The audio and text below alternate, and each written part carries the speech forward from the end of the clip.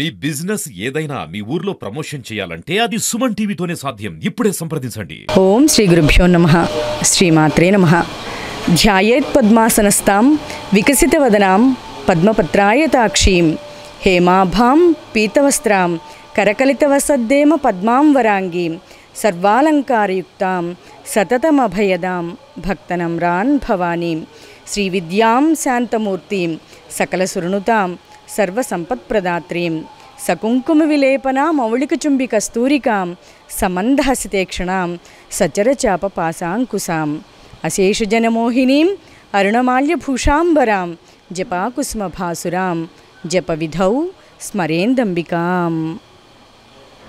శ్రీ శ్రీ శ్రీ జగద్గురువులు శ్రీ ఆదిశంకరాచార్యులు వారు స్థాపించినటువంటి శ్రీ కంచికామకోటి పీఠ ఆధ్వర్యంలో ఈ శ్రీ త్రిమాత శక్తి పంచాయతన క్షేత్రం పూజలు ప్రతినిత్యం చాలా వైభవోపేతంగా జరుగుతూ ఉంటాయి.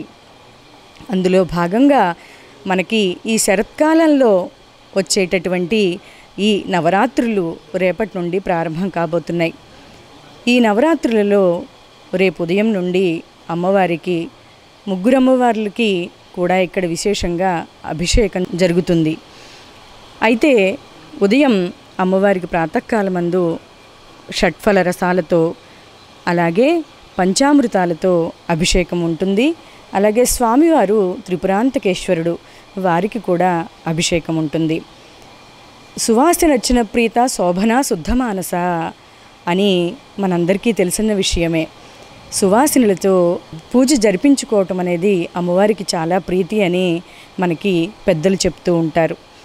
అందుకే మన ఈ దేవాలయంలో లక్ష కుంకుమార్చన ఈ నవరాత్రులలోనూ కూడా ఉదయం 8-9:30 గంటల మధ్య ఇక్కడ కుంకుమార్చన ప్రతిరోజు నిత్యం కుంకుమార్చనలు జరపబడతాయి. అలాగే శ్రీచక్రార్చన, చండీ హోమం, సూర్య నమస్కారాలు, మహాలింగార్చన, సాయంకాల సమయమందు విశేషంగా హారతీల సేవ ఇవన్నీ కూడా అమ్మవారికి ఈ నవరాత్రోత్సవాలలో భాగంగా ప్రతిరోజు ఈ సేవలన్నీ అమ్మవారికి నిర్వహింపబడుతూ ఉంటాయి. భక్తులందరూ కూడా, ఎందుకంటే మనం ఎన్నో రోజుల నుంచి ఈ శరన్నవరాత్రుల కోసం ఎప్పుడూ అమ్మవారిని అర్చించుకుందామా అని ప్రతి పుణ్య స్త్రీ కూడా ఎదురు చూసేటటువంటి సమయం ఇది. మనందరం కూడా అమ్మవారి కృపకు పాత్రలు కావాలి అని మనస్ఫూర్తిగా మిమ్మల్ని అందరినీ కోరుకుంటూ ఈ శరన్నవరాత్రి మహోత్సవాలలో అమ్మవారిని మనస వాచ కర్మణ అమ్మవారికి సేవ చేసుకుని అమ్మవారిని అర్చించుకుని అమ్మవారి కృపకు పాత్రులవుదాం. ఓం శ్రీమాత్రే నమః.